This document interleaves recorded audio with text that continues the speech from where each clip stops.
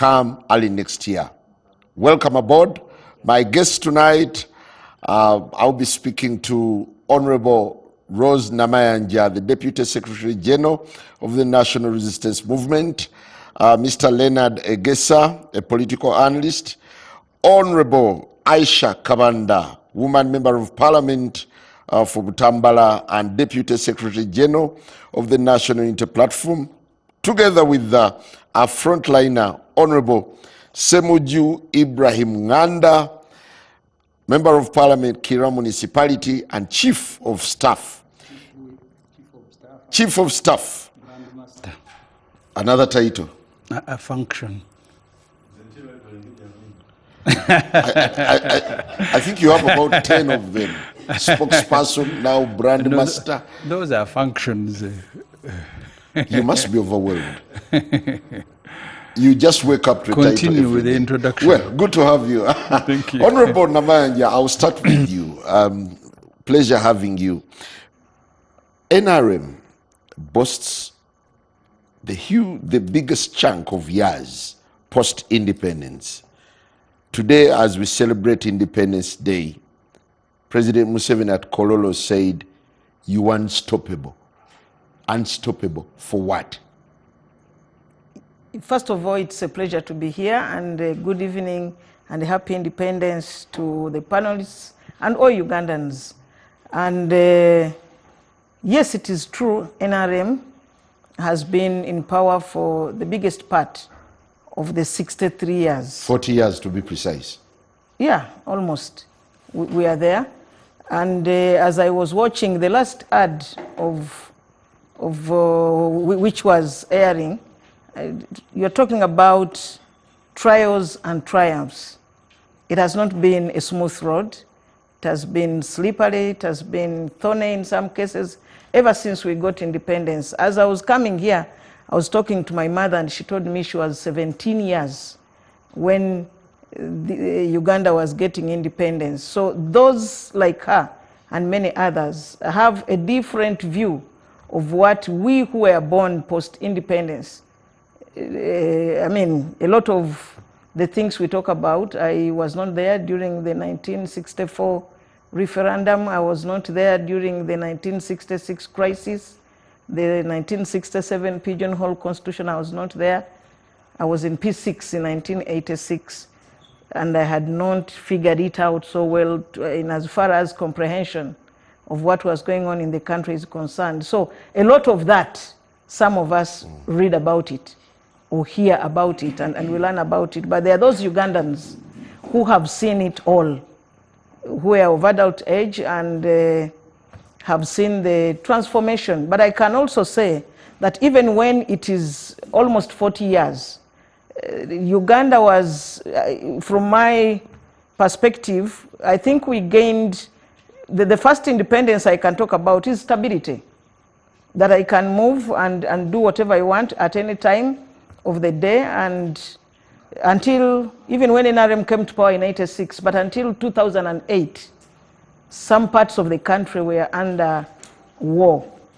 So for me, the aspect of a country being stable, that you are not talking about rebels in any corner of the country. Ugandans can, somebody at his or her shop can leave the fridge outside and find it on the veranda in the morning. That level of stability for me is the first level of independence. But when you talk about what President Museveni says, we are unstoppable, you didn't conclude the statement. He said we are unstoppable in our journey of enkulakulana, because akyogedde mu Luganda, our journey of development. Even that development aspect of it, both wealth and development for individuals and families, that's wealth. But development of the country has also been a journey. Well, I'll get back to you. Leonard, politically speaking, what benchmarks do we employ in gauging the milestones the country has registered and the setbacks? Okay, thank you, Simon, for inviting me. First, I will correct you, I'm not a political analyst. I'm a political and business strategist. And number two, I came with the two of the leading dailies here. And that is what I'm going to use to answer your question. You know, there has been a story, a legend that has gone around on social media for a long time about guarding a concrete slab. I don't know if you've come across it. In many organizations, people guard concrete slabs. So that story comes from a military barracks, that there once was an army barracks where there was a concrete slab near the quarter guard.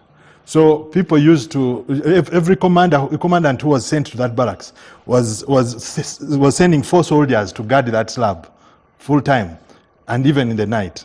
So after so many years of this practice, one brilliant commander surfaced and asked, why do we put 4 men to guard that concrete thing there? What is underneath there? Why should there be 4 men?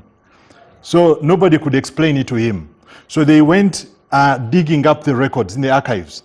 They never found sufficient reason until they went back 80 years in time, and they discovered that when that thing was built, it was basically a platform for the parade commander to stand on. So when it was built, the first night, dogs ran over wet cement.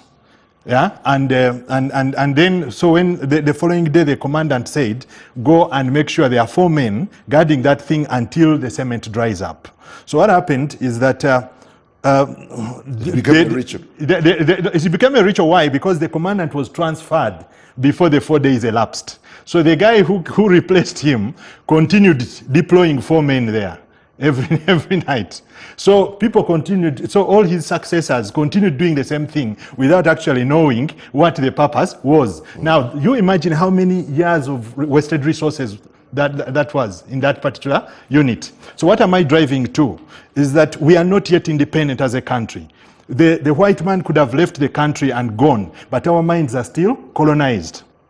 Our minds are still colonized. Many people who are occupying government offices are suffering from impostorism, or what you would call the impostor phenomena, or the imposter syndrome.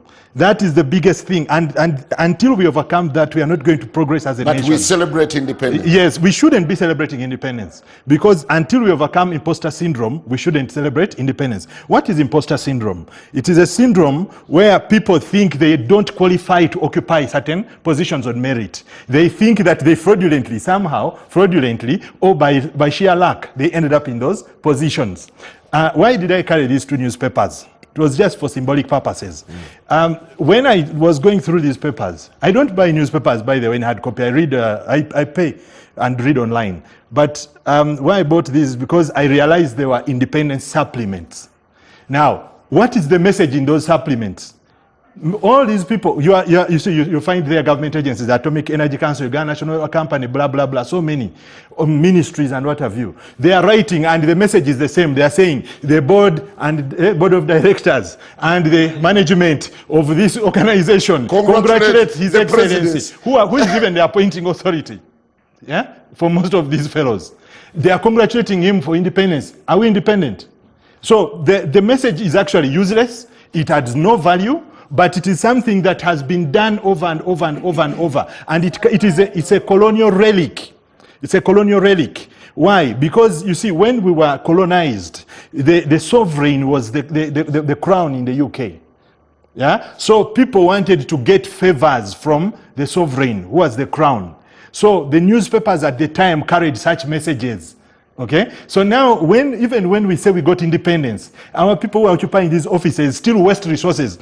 Do you know how much it costs to pay for a full-page advert in this newspaper? Thank you. I'll certainly, we will certainly get back to that. Yes. Honorable Aisha Kabanda, what kind of conversation is the country having as we celebrate 63 years of independence?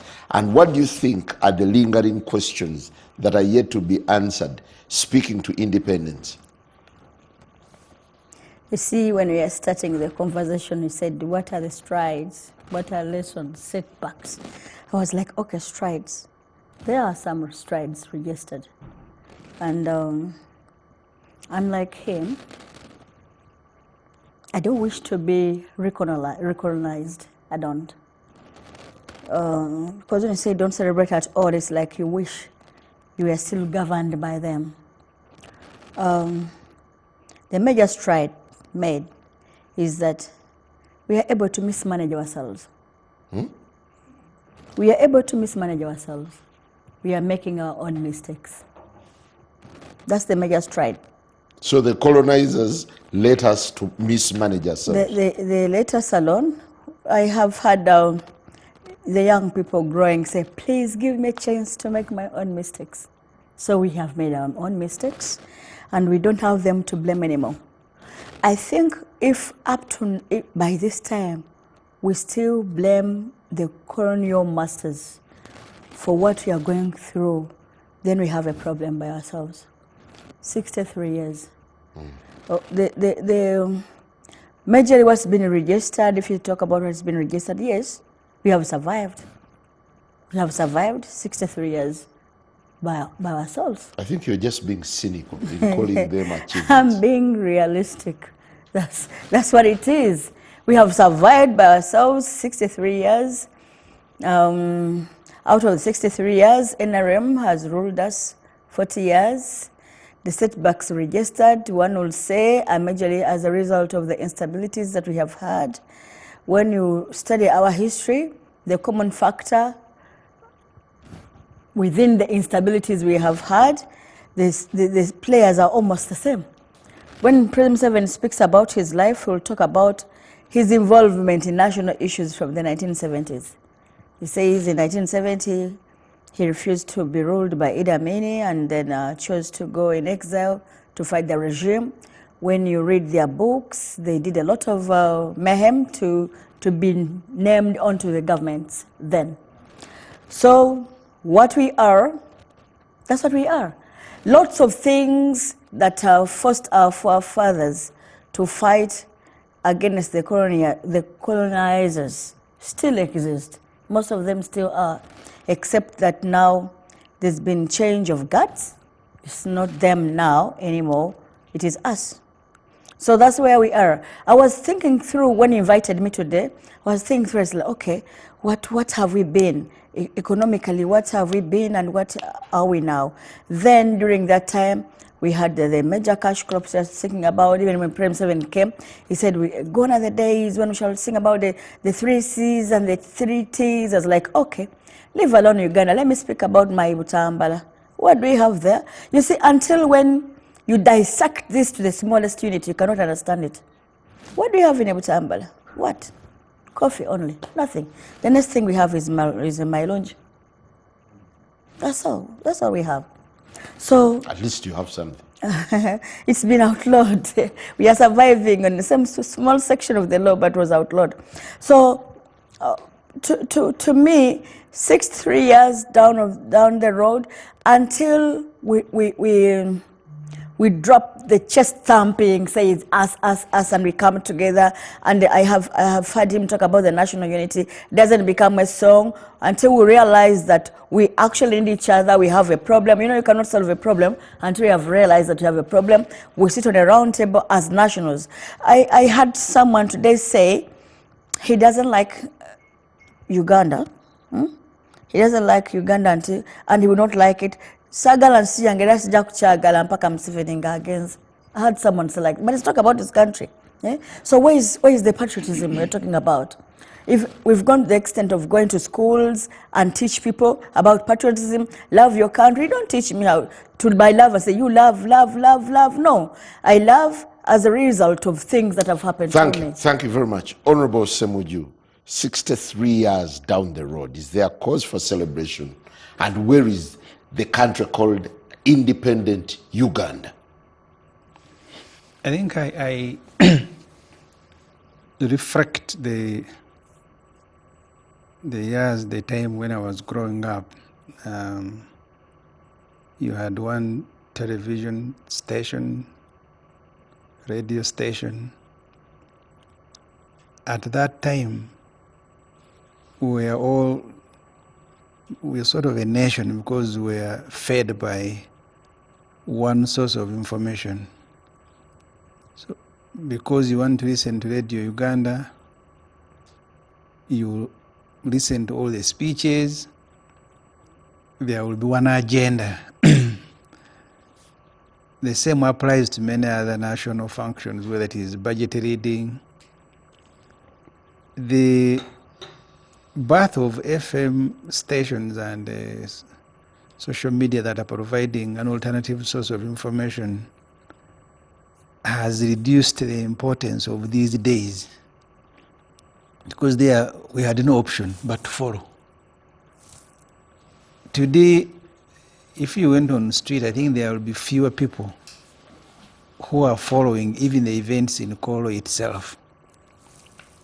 Part of the reason I listen to the president, one, I am a leader, maybe we are going to debate the speech in parliament, maybe I'm going to be invited to the front end to debate it.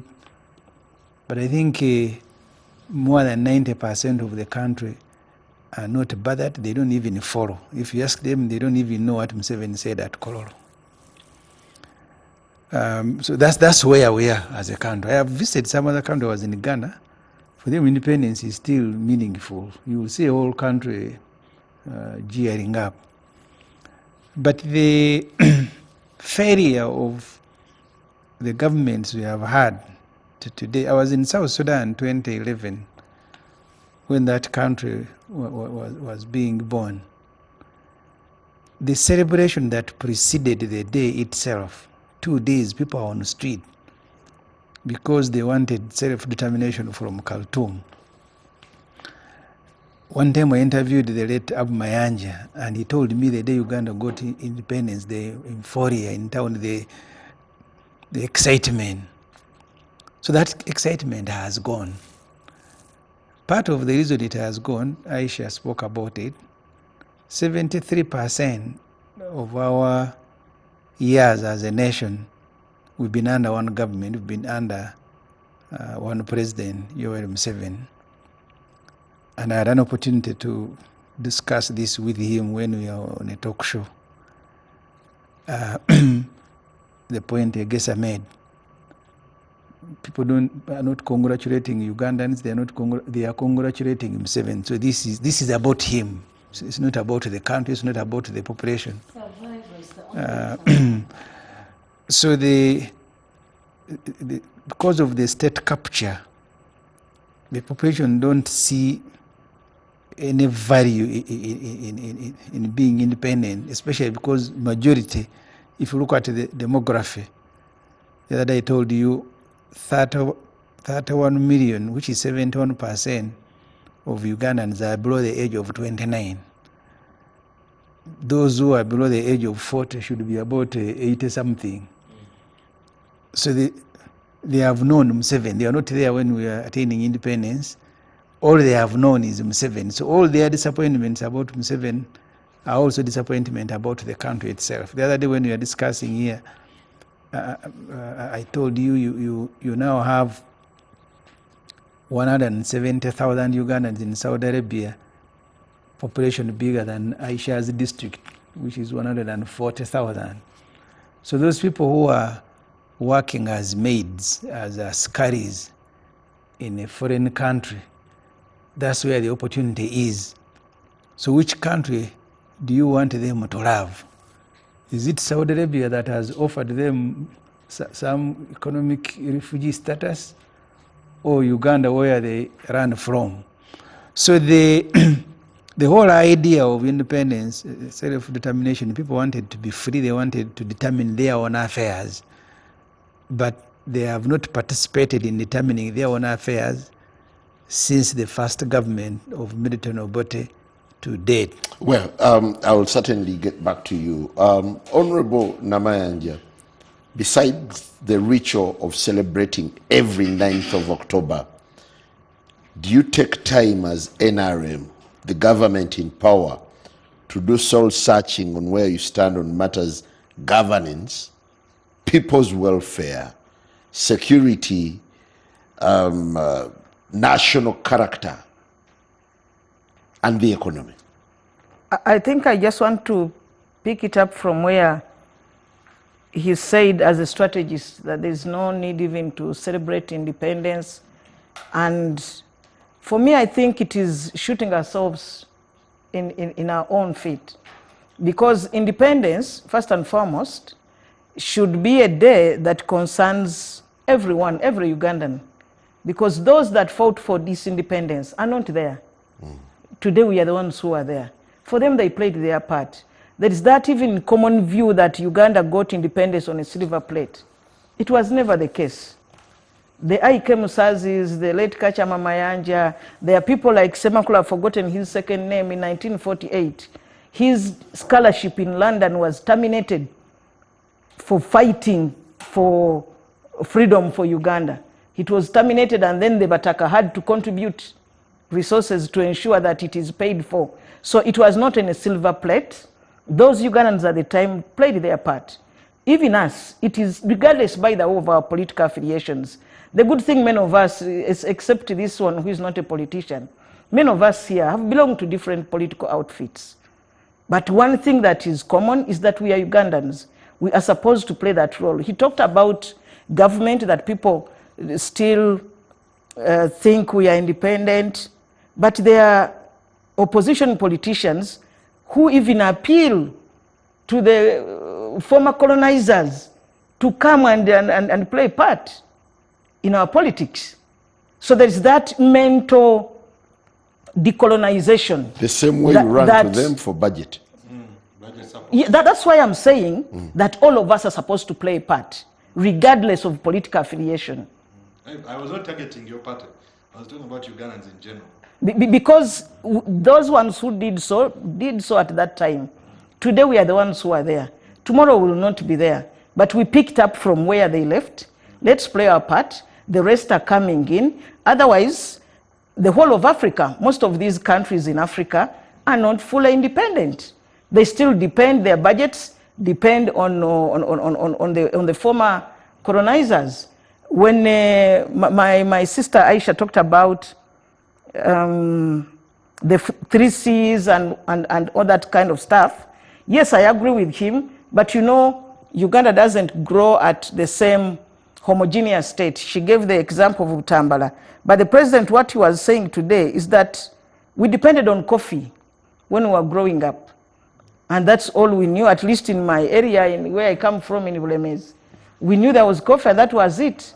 Nothing else. But now, even if you look at coffee alone, when you look at the level of growth that we have reached as a country, being one of the biggest producers of coffee in the world and exporters, but I think for me that is a stride. Let me first conclude this. When I go deep to the other, because what the president was saying, yes, we depended on coffee, but the milk industry is big. The grain industry is big. When you go to areas where you would live, in 2000, I was a youth leader. I traveled to Ngoma in Nakasongola, and the tax, just one tax would leave you. If by 6 a.m. the tax leaves you, you wait for 6 a.m.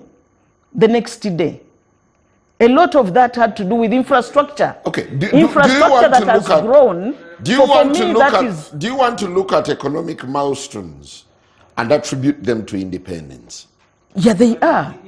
They are both economic, political, and what you talk about governance. I thought most fundamentally it was about fixing the political problem, the governance issues. But if the political issues were not fixed, okay, there is no way you cannot talk about, you can talk about development. How? If you look at the security or politics development nexus, the reason why Uganda lagged behind in the immediate post-independence period was because of the instability and the fragile political environment. Let's go bit by existed. bit. Yes. Where does Uganda stand on the question of governance? I want to say that we are better than what we were before independence. I mean, immediate post-independence. What if we were in a dungeon? Better by... Because let's just look at, you asked the criteria one would look at, but let me just look at the constitution-making process. I talked about 1967. We all know there was a pigeonhole constitution where it was put in the members' pigeonhole. No, we are talking about independence, the 63 years. The pigeonhole constitution is not the independence constitution. It's not. The General Constitution is 1967. But it is part of the independence Again, by period. you Ugandans who have had the opportunity to mismanage yourselves. Okay. I think she's talking about the whole journey. The whole journey. The whole journey, yes. We must be also real and talk about issues as they are. If you look at the Pigeonhole Constitution in 1967 and the 1995 Constitution, for me, I am a believer. I cannot say that NRM has done 100%. It's never there. There's no government that can do 100%. But I can comfortably say that we may not be where we want to be, but we are not where we were. Mr. Gesa, let's first look at the question of governance, which actually compelled the politicians then, or the activists then, to struggle for independence. Where does Uganda stand? We have been going through a cycle. You remember that cycle, the vicious cycle they teach in high school economics? So we have been in that kind of cycle on the aspect of governance as a country. We have had a change of guard, but we keep rotating around the same things. And this is so because it is by design. The British did not leave Uganda in good faith. They left in bad faith. Because of the changing world order, they had to surrender the governance, at least for symbolic reasons, in many of these countries. So what we have persistently had over the 63 years is a weak and feeble state, which cannot guarantee that a change of government is impactful to the population. Yeah? So when I say weak and feeble state, I mean the key institutions of a state that are supposed to make sure that there is a smooth transition in governance, leaders come and go, have always been captured by a cabal or a few people. Yeah? So that's why you see one of the critical institutions of a state that are supposed to, to guarantee that kind of, continuity in stability and all that is the military. So you see that, we have had, that military instability over the years. Now, what happened during Idi Amin's time, there is no guarantee it cannot happen right now. Yeah? We are not at a position where you can say it cannot happen. And this is not without basis. I'm not trying to be alarmist. You saw the other day that some MPs tried to stretch their luck. They invited the Chief of Defense Forces, and he told them off. He said, those are a bunch of clowns. I cannot appear before them. Yeah? And did he appear? In fact, the Speaker was apologizing on behalf of Parliament. Yeah? So, which means that the democratic experiment which Ugandans aspired to have in the CA is not actually realized. It still remains a pipe dream. So we are not yet there. So the question of governance. So that's why I'm telling you that if you look at the 40 years of NRM celebrates constitutionalism. No. They are gaslighting us. They shouldn't be celebrating constitutionalism. You see, the problem with overstaying in power is that you are forced to undo your earlier achievements.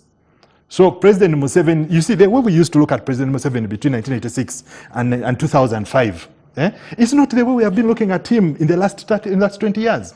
Because he has been undoing most of his earlier strong points. You and who? Yeah?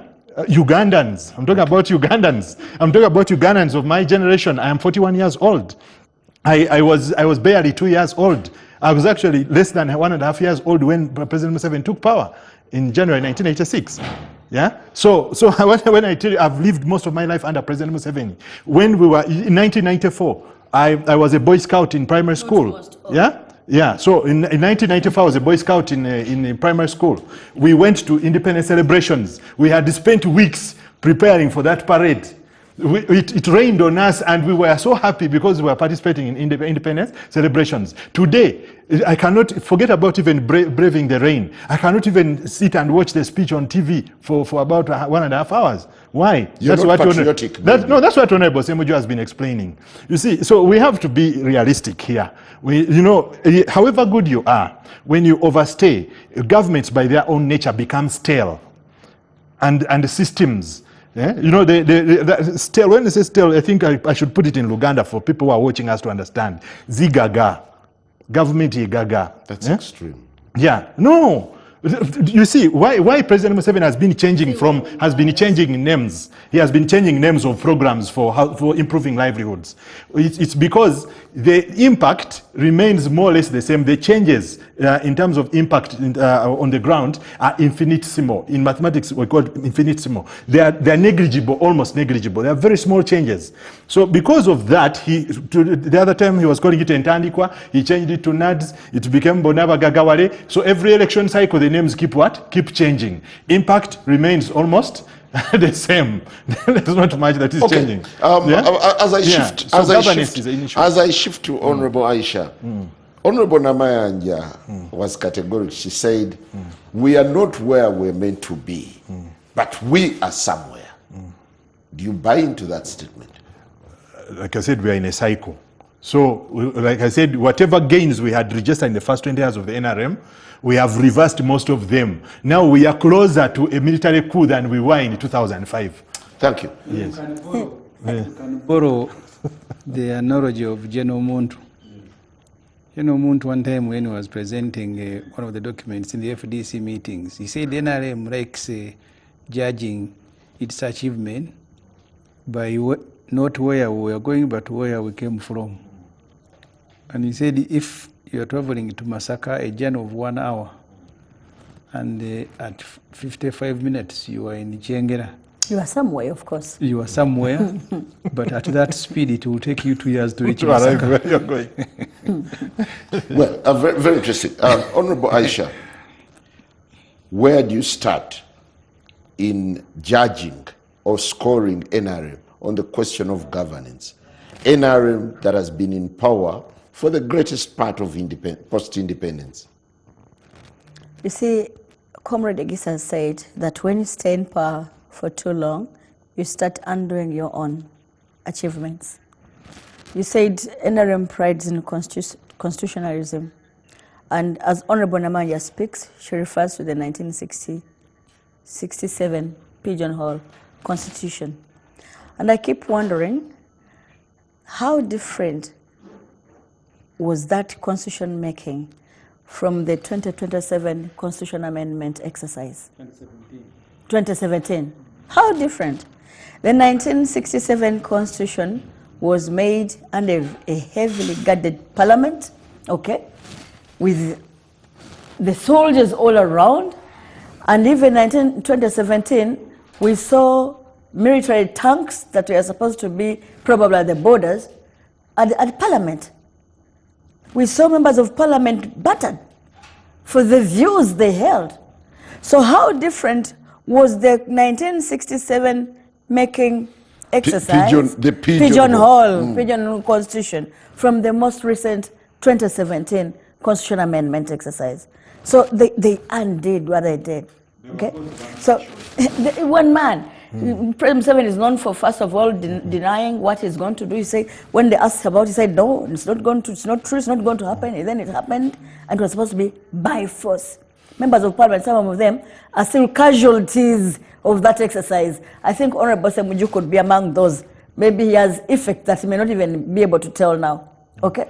So our problem, and I want to believe with you entirely, that our major problem is been governance. And I disagree with Egisa. When he blames the colonial masters for leaving us with the weak institutions because they went in bad faith, they didn't want to go. Come on, 63 years.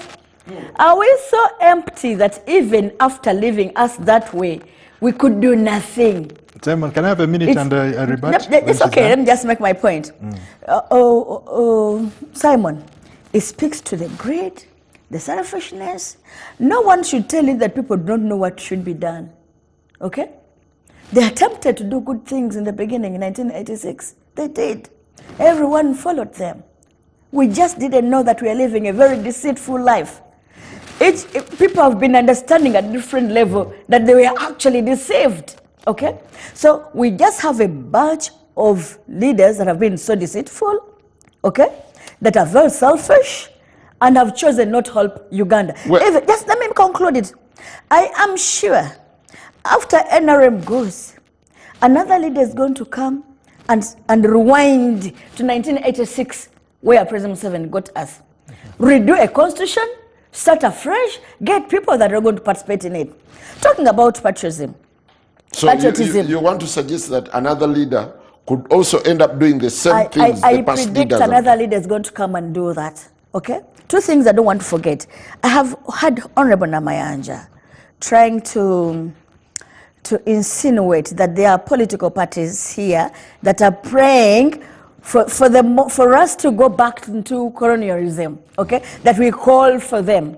Honorable Namayanja, when we call for help from other countries, we are not calling them to come and manage us. We're just telling them, please, you are facilitating problems that are happening here. Because if they are not giving us, if they are not leaving President Museveni with the liberty to collect monies and divert them elsewhere, probably he would be squeezed, okay? But because they fund him and give him all the resources, he's at liberty to divert the national resources that would be helping. Before I bring in Honorable Semuju, finally, I think it's, in all fairness, we need to get back to Honorable Namayanja. Okay, before let's go with this. The patriotism, because independence is supposed to check our patriotism. It reignites, okay, our patriotic spirit. Okay? Now, talking about patriotism, look at a Ugandan that goes in hospitals and finds situations that in hospital and say they are not patriotic. Look at teachers that are suffering the way they are suffering. They are being discriminated, living different lives, and they are listening leaders living very lavish life. Okay? An IGG who can proudly come on a station and say, you people, you are the casualties of the corruption. When I fall sick, they will fly me out. And you are telling people, please be patriotic, love your country so much for you to be good Ugandans. Honorable, I might need your rebuttal now, Honorable Namayanja. They seem to be talking more about reversals.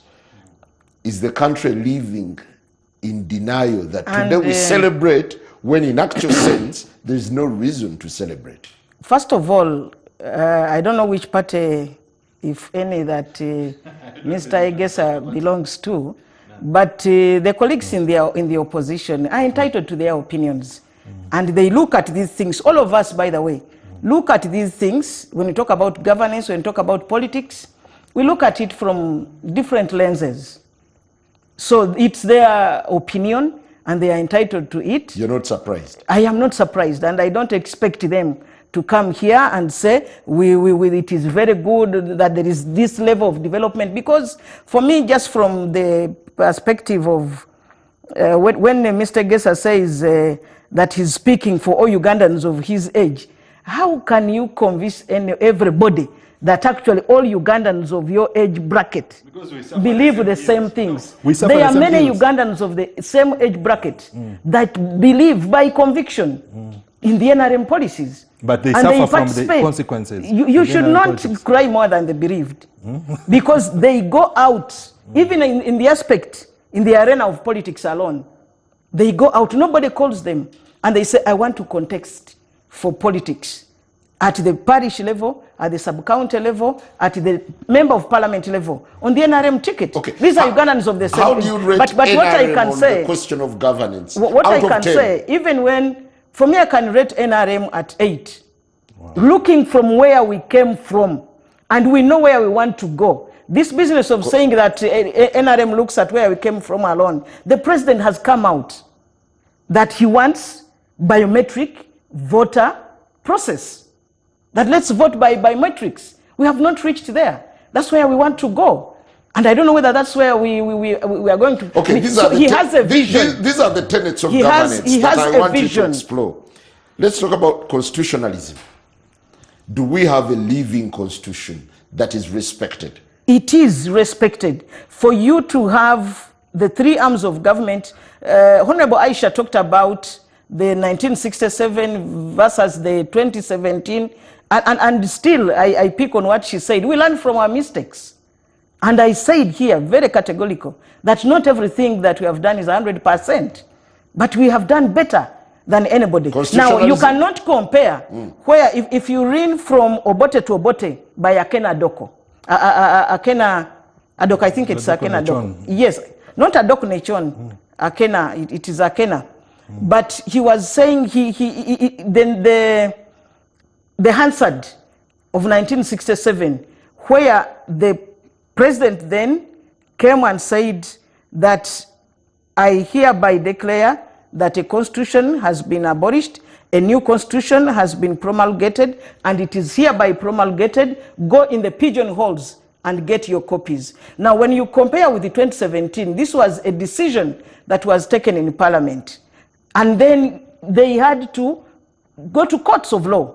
At the barrow, and government, a decision taken at the they barrow went up to the courts of law, and government went and put their case, arguments forward, and the judiciary decided by themselves. So, but for Aisha, Honorable Aisha, to say that in terms of health service delivery, that where we were is where we are, for me, I find that hiding the head under the sand. Because I'll speak from, let me give an example. She gave an example of Utambala. I will still give the example of Nakaseke, where I come from, or Greater Luweero, that somebody would fall sick in Rwampanga, in Nakasongola, because it was one district, and had to, if they had the means, would move from there to Nakaseke, which was the only hospital. By the time NRM came to power, there were 5 health facilities in Greater Luweero. 1, 2, 3, 4, 5. There are 88. From 30, Are you talking buildings or? And how much revenue was being collected that time? Because at least right from the village level, somebody who has a health, because you're talking about preventive, curative, and that, and all the other aspects. For me, I am talking about somebody being before a health person, somebody, a health worker, to support. When you talk about education, from 30 schools in the Greater Luweero to 488 schools, government primary schools. Okay. For me, that alone, we are not in a level where at my village, what is regrettable? let me conclude this. Honorable, we are not at a this is level. very important. You're boasting about education, but the recent report and I don't indicates expect that them to boast about the same anyway. out of 1 million who enroll in P1, 2 million that enroll in P1, only 800,000 complete P7.